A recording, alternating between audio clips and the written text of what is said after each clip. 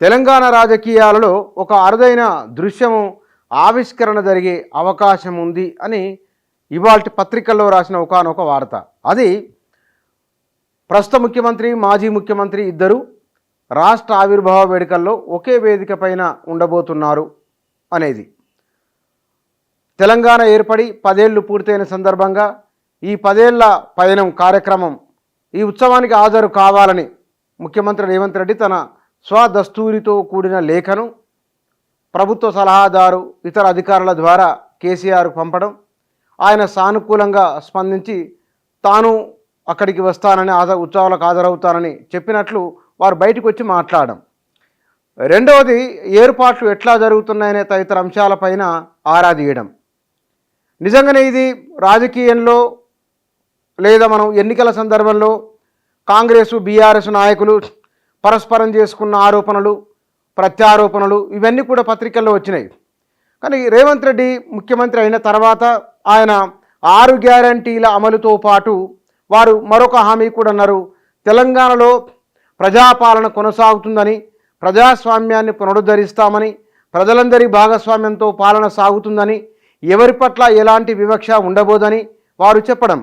ఆ చెప్పిన దానికి అనుగుణంగానే సరిగ్గా గడిచిన 10 ఏళ్ల పరిపాలనలో పట్టింపుకు నోచుకొని కొన్ని అంశాలను ప్రధానమైన అంశాలుగా గుర్తించి రేవంత్ రెడ్డికి ముందుకు వెళ్తున్నారు. అందులో ప్రధానమైంది మనకు తొలి మలి ఆవిర్భావ దినోత్సవాలలో మిగతా సమాజం పాత్ర ఎంత అనే విషయాన్ని అక్కడ పక్కన పెడితే కనుక ఈ 10 ఏళ్ల ఉత్సవాల సందర్భంగా కేసీఆర్ ముగింపు ఉత్సవాలు చేస్తున్నారు, రేవంత్ రెడ్డి ఉత్సవాలు దశాబ్ది ఉత్సవాలు ప్రారంభమంటున్నారు. వాటి నిర్వచనంలోనే మౌలికమైన తేడా ఉన్నది. తేడా ఉన్నప్పటికీ కూడా తెలంగాణ కోసం బలిదానం చేసుకున్న 600కు పైగా కుటుంబాలను ఈ ఉత్సవంలో భాగస్వామ్యం చేయబోతున్నారు. స్వయం సహాయక బృందాలను, మహిళా బృందాలను ఇందులో భాగస్వామ్యం చేయబోతున్నారు. విద్యార్థులు, మేధావులు, జర్నలిస్టులు, వివిధ స్థాయిలకు చెందిన నాయకులు, గ్రామ స్థాయి నుంచి రాష్ట్ర స్థాయి వరకు పనిచేసిన జేఏసీలు, వీళ్ళందరికీ కూడా ఆహ్వానాలు వెళ్ళాయి. వారందరినీ ఉత్సవాల్లో భాగస్వాములు కావాలని రేవంత్ రెడ్డి కోరడం. అంటే ఇక్కడ తెలంగాణ సమాజం ప్రజలు లక్షలాది మంది వీధుల్లోకి వచ్చి తమ ఆకాంక్షను వ్యక్తీకరించిన తీరు, తెలంగాణ రాష్ట్రం వస్తే తమ జీవితాలు బాగుపడతాయనే ఒక భావన, అన్నింటికి మించిన ఆత్మగౌరవానికి రిప్లికాలుగా జరిగిన సకల జనుల సమ్మె కానీ, మిలియన్ మార్చ్ కానీ, సాగరహారం కానీ, పల్లె పట్టాలపైకి వీళ్ళందరూ అశేష జన సమూహం మద్దతు లేకుండా సాధ్యమయ్యేది కాదు.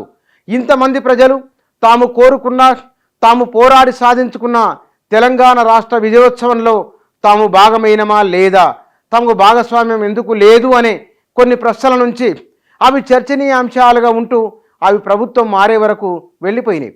సరే, రాష్ట్రం ఏర్పడిన తర్వాత మనం అనుకున్న ఆకాంక్షలకు అనుగుణంగా పరిపాలన ముందుకు సాగాలి అనే భావన అయి ఉండవచ్చు. ఇక ప్రజలకు ఏ మేలు చేయాలనే ఉద్దేశం అయి ఉండవచ్చు. కేసీఆర్ మరెందుకో ఉద్యమ ఆకాంక్షలు, ఉద్యమకారుల విషయంలో ఆయన కొంత సెట్బ్యాక్ అయిన మాట వాస్తవం. ఎందుకో మరి పట్టించుకోలేదు. దానికి కారణాలు ఏమైనా ఉండవచ్చు. కొన్ని కుటుంబాలకు మాత్రం ఆర్థిక సాయం అందింది, కొన్ని సాంకేతిక కారణాల వల్ల కొందరికి ఆర్థిక సాయం అందలేదు అనే ఒక అంశం కూడా పట్ల చర్చ జరిగింది. ఇప్పుడు రేవంత్ రెడ్డి ఆ పూర్వం జరిగిన అన్ని అంశాలను అట్లా పక్కకు ఉంచి తనదైన మార్గంలో ముందుకు వెళ్తున్నారు.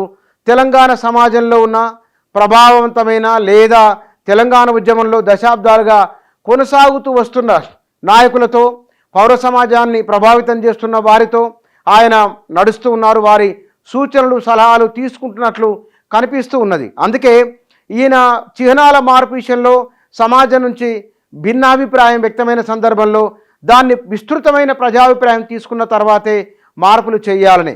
సరే, కాకతీయ తోరణము, చార్మినారు అవి ఉంటాయా లేదా అనేది ఒక అంశం. దాంట్లో మార్పులు చేర్పులు మరికొన్ని ఉండవచ్చు అనేది మరొక అంశం. అందులో ఏ నిర్ణయం తీసుకుంటారో చట్టసభ ఆధారంగా, చట్టసభలో చర్చ వచ్చిన తర్వాత తుది నిర్ణయం తీసుకుంటామని వారు స్పష్టం చేయడం ఇది ఒక అంశం. ఇక్కడంటే ప్రతి సందర్భంలోనూ అందరి భాగస్వామ్యం ఉన్నది, అందరితో కలిసి పనిచేస్తున్నాము, రాబోయే రోజుల్లో ఇట్లా ఉంటామని చెప్పే ప్రయత్నం రేవంత్ రెడ్డి చేస్తున్నారు. ఇది గమనించదగ్గ ఒకానొక విషయం. ఇందులో భాగంగానే తెలంగాణ ఉద్యమానికి ఒక ఇరుసులా పనిచేసిన, తెలంగాణ ఉద్యమానికి బలమైన రాజకీయ గొంతుకనిచ్చిన, తెలంగాణ నినాదాన్ని, తెలంగాణ ప్రజల ఆకాంక్షలను బలంగా వ్యక్తీకరించే ఒక రాజకీయ వేదిక, ఆ వేదిక నాయకునిగా కోట్లాది మంది తెలంగాణ ప్రజల గొంతుకై నిలబడిన, మాట్లాడిన, వినిపించిన, తెలంగాణ సమాజాన్ని కదిలించిన నాయకుడు కేసీఆర్. కాబట్టి ఆయన లేకుండగా దశాబ్ది ఉత్సవాలు ఉండకూడదు అని ఆయనకు ఆహ్వానం పంపడము, ఆహ్వానం పంపితే ఆయన సానుకూలంగా స్పందించడము, ఇక్కడ రేవంత్ రెడ్డి తాను వారిని కూడా ఇక్కడ భాగస్వామిని చేయడం వలన అది రాజకీయంగా మాటలు ఉండవచ్చు, ఎన్నికల సందర్భంలో మాట్లాడుకోవచ్చునేమో, కానీ సమయం సందర్భం వచ్చినప్పుడు తెలంగాణ సమాజంలో అందరి భాగస్వామ్యం ఉన్నది, తెలంగాణ రాష్ట్ర ఏర్పాటులో అందరి ప్రమేయం ఉన్నదనే మెసేజ్ పంపే ప్రయత్నం చేయడం. నిజంగానే ఏ మాటకు ఆ మాట చెప్పాలి. ఇవాళ కాంగ్రెస్లో ఉన్న కొద్దిమంది నాయకులు మినాయిస్తే కనుక తెలంగాణ కాంగ్రెస్లో ఉన్న ఇవాళ చాలామందికి తెలంగాణ ఉద్యమంతో ప్రత్యక్ష అనుబంధం సంబంధం లేదు. వారు తెలంగాణ ఉద్యమంలో ఫ్రంట్ లైన్లో ఉండి కొట్లాడి కేసుల పాలై తిరిగిందేమీ లేదు. ఎంపీలు ఆనాడు ఎంపీలుగా ఉన్నవారు, ఎమ్మెల్యేలుగా ఉన్న కొంతమంది, కేంద్రంలో పనిచేసిన వారు, రాష్ట్ర స్థాయి నాయకత్వం చిన్నారెడ్డి, జానారెడ్డి, పొన్నం ప్రభాకరు, ఇప్పుడున్న వివేక్, మధుయాస్కి గౌడ్, గుత్తా సుఖేందర్ రెడ్డి, రాజగోపాల్ రెడ్డి, కోమటిరెడ్డి వెంకటరెడ్డి, ఇట్లా అద్దంకి దయాకరు, బెల్లయ్య నాయకు, కత్తి వెంకటస్వామి ఆనాడు జేఏసీలో ఉన్నారు. వీళ్ళంతా అనంతరం కాంగ్రెస్ పార్టీలో ఉన్నారు. మరికొంతమంది అక్కడ ఉన్న వాళ్ళు బయటికి కనబడుతున్న పేర్లు చిన్నారెడ్డి నుంచి మొదలుకుంటే కనుక. కాబట్టి ఇదే టీఆర్ఎస్ని తీసుకుంటే కనుక ఆ పార్టీ పుట్టిందే తెలంగాణ కోసము, తెలంగాణ ఆకాంక్షల కోసము ఓ రాజకీయ వేదిక ఉన్నది. కాబట్టి కాంగ్రెస్ పార్టీ తెలంగాణ ఉద్యమంతో ఒక అద్భుతమైన అనుబంధం పెనవేసుకొని లేనప్పటికీ క్షేత్రస్థాయిలో తెలంగాణ వచ్చింది కాంగ్రెస్ వల్లనే, తెలంగాణ ఇచ్చింది సోనియా గాంధీ. కానీ టీఆర్ఎస్కు ఉన్నంత రాజకీయంగా ఆ వాయిస్ కానీ, ఆ బలము కానీ, నిలబెట్టిన తీరు కానీ కాంగ్రెస్కు లేదు. ఇది వాస్తవము. నాయకుల ప్రమేయం ఉన్నది, కాంగ్రెస్ వల్లనే తెలంగాణ వచ్చింది, అది నిజం. కానీ టీఆర్ఎస్కు తిరుగులేదు. కానీ అది టీఆర్ఎస్ బీఆర్ఎస్గా మారిన తర్వాత తెలంగాణతో ఉన్న అనుబంధం అది దూరమైంది.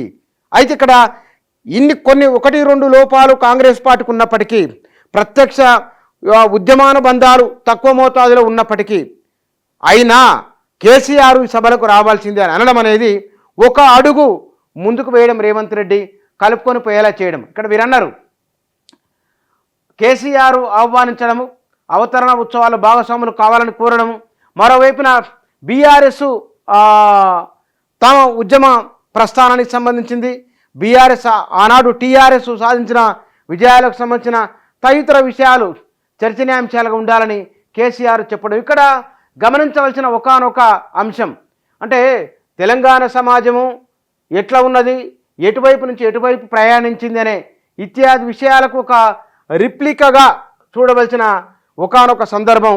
ఈ సందర్భంలో గుర్తించవలసింది ప్రత్యేక సందర్భం కె శ్రీనివాసు రాసిన సంపాదకీయంలో ఉన్నది. ఇద్దరు, ఒక మాజీ ముఖ్యమంత్రి, ఒక ముఖ్యమంత్రి, 10 ఏళ్ల తెలంగాణ. దీనిపైన వారు ఒక బలమైన వ్యక్తీకరణ ఇందులో ఉన్నది. వారు అన్నారు, కేసీఆర్కు లాగానే రేవంత్ రెడ్డి కూడా తెలంగాణ ముఖ్యమంత్రి ఒక అరుదైన చారిత్రక అవకాశం. ఉద్యమ ఆకాంక్షలు నెరవేర్చవలసిన కర్తవ్యంతో కేసీఆర్ అధికారంలోకి వచ్చారు. ఉద్యమ ఆకాంక్షలను పరిపూర్తి చేయడంతో పాటు కేసీఆర్ దోషాలను సవరించవలసిన కర్తవ్యంతో రేవంత్ ముఖ్యమంత్రి అయ్యారు. ఇది గుర్తించవలసిన విషయం. మరొక మాట కూడా ఇందులో వీరు హైలైట్ చేసిండ్రు. రేవంత్ రెడ్డి లక్ష్య సాధకుడు, లేకపోతే ఇంత స్వల్పకాలంలో రాష్ట్ర ముఖ్యమంత్రి కాలేరు. ఆ లక్ష్యాలు వ్యక్తిగతం మాత్రమే కాకుండా సామాజికం కూడా అయి ఉంటే ఆయన నుంచి మంచి ఫలితాలు ఆశించవచ్చు. రేవంత్ రెడ్డి గురించి కె శ్రీనివాసు ఆంధ్రజ్యోతి సంపాదకులు వ్యక్తీకరించిన ఒక అభిప్రాయం. వీరు మరొక మాట అన్నారు. ఏమన్నారంటే ఇక్కడ ప్రాంతీయ వనరుల ఆధారంగా అభివృద్ధి, ప్రాంతీయ మానవ వనరులకు ఆలంబన, ఈ రెండు టీఆర్ఎస్ ప్రభుత్వం అలక్ష్యం చేసిన లక్ష్యాలు. అది ఈ రెండు ఆనాడు ఆ ప్రభుత్వం పట్టించుకోలేదు, ఇప్పుడు మీరు పట్టించుకోండి అని చెప్పడం. అంటే రాజకీయంగా ఎత్తుగడలో లేదా వ్యూహంలో భాగంగా ఈ ఉత్సవాలకు కేసీఆర్ను కూడా ఆహ్వానించామని చెప్పుకోవడమే కాదు, ఒకవేళ కనుక వ్యూహాత్మకంగా చేసినప్పటికీ కూడా పరిపాలనలో తెలంగాణ తనము, పరిపాలనలో తెలంగాణ పౌర సమాజపు తెలంగాణ సమాజాన్ని ప్రభావితం చేసే వ్యక్తుల లేదా తెలంగాణ ఉద్యమంలో పనిచేసిన తమ మేధో సంపత్తిని తెలంగాణ కోసం శ్రమించిన కష్టపడిన తెలంగాణ కోసం ఉపయోగించిన వారి ఆలోచనలు కూడా ఇక్కడ ఉండాలి తెలంగాణ సమాజంలో అని ఇంకొక మాట అన్నారు ఇక్కడ. అంటే ప్రభుత్వ ఆచరణను స్వతంత్ర మేధావులు సమీక్షించి సూచనలు ఇచ్చే వ్యవస్థను ఏర్పాటు చేస్తానని చెప్పిన కేసీఆర్ నోరు విప్పడానికి ఆస్కారం లేకుండా చేశారు. దానితో నిర్బంధంలోనో స్వచ్ఛంద మౌనంలోనో తెలంగాణ పౌర సమాజం అణగారిపోయింది. ఇప్పుడు 10 సంవత్సరాల తర్వాత కూడా ఇంకా ఫలితాలను ఇచ్చే పాలకుల కోసం నిరీక్షించే స్థితిలో ఉంది. ఇచ్చే తీసుకునే సంబంధం నుంచి విముక్తమై తాను సొంతంగా ప్రజాస్వామ్యాన్ని క్రియాశీలకంగా ఆచరించాలి, ప్రభుత్వాలకు మంచి చెడ్డల కొలమానాలను అందించాలి, ప్రజాభిప్రాయ నిర్మాత కావాలి. ఇక్కడ ఇది దీంట్లో ముగింపులో ఉన్నది. అంటే తెలంగాణ సమాజము మీరు కేసీఆర్ ఉత్సవాలకు ఆహ్వానించడము, దశాబ్ది ఉత్సవాలను ఘనంగా నిర్వహించడము అని అంటే కేసీఆర్ వస్తుందా రాదనుకున్న తెలంగాణ ఒక రాజకీయ పార్టీ ద్వారా కళ సాకారం కాగలిగింది. కానీ ప్రజలకు అది ఎందుకో దూరం జరిగింది అనే ఒక అభిప్రాయం ఉన్నది. రేవంత్ రెడ్డి ఇప్పుడు అందరిని కలుపుకునే ప్రయత్నం చేస్తున్నారు. ఈ కలుపుకునే ప్రయత్నం భవిష్యత్తులో మరింత బలంగా ఉండాలి. ఆ రాజకీయంగా మాట్లాడుకునే మాటలు వేరు, తెలంగాణ అభివృద్ధి కోసమై కలిసికట్టుగా పనిచేయాలని ఒక బలమైన మెసేజ్ను ఆచరణాత్మకంగా చూపాల్సిన అవసరం ఉంది.